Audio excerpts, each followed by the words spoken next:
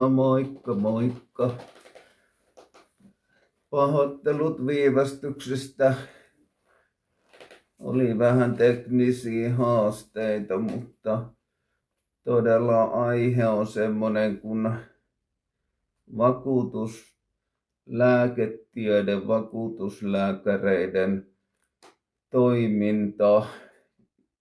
Tämä koskettaa kaikkia ihmisiä, ketkä voi tai kun tapahtuu tapaturma.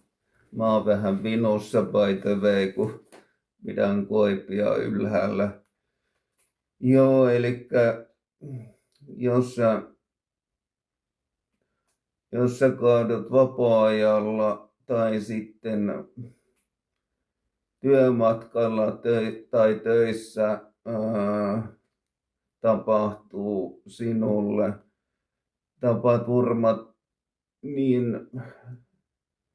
joudut semmoisen ihmeelliseen pyöritykseen, kun haet vakuutusyhtiöiltä korvauksia.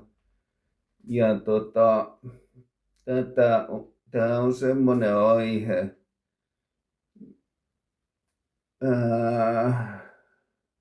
miten mä sanoisin, että sitä ei niin kuin haluta niin kuin, siitä asiasta ei saa puhua tai kyseenalaistaa vakuutusyhtiöiden toimintaa. Kaikki lähti siitä, kun mä itse tapaturmamaisesti liukastuin ja oli ihan päivän selvää mulle, kun en tiennyt tätä vakuutusyhtiöiden toimintatapaa. Ja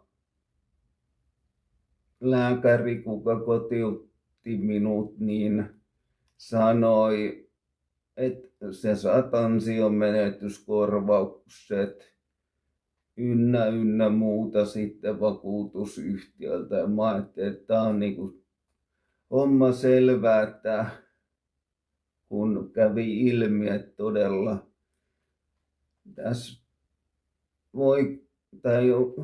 tapahtuu semmoinen tilanne, että töihin paluu on tai mahdotonta.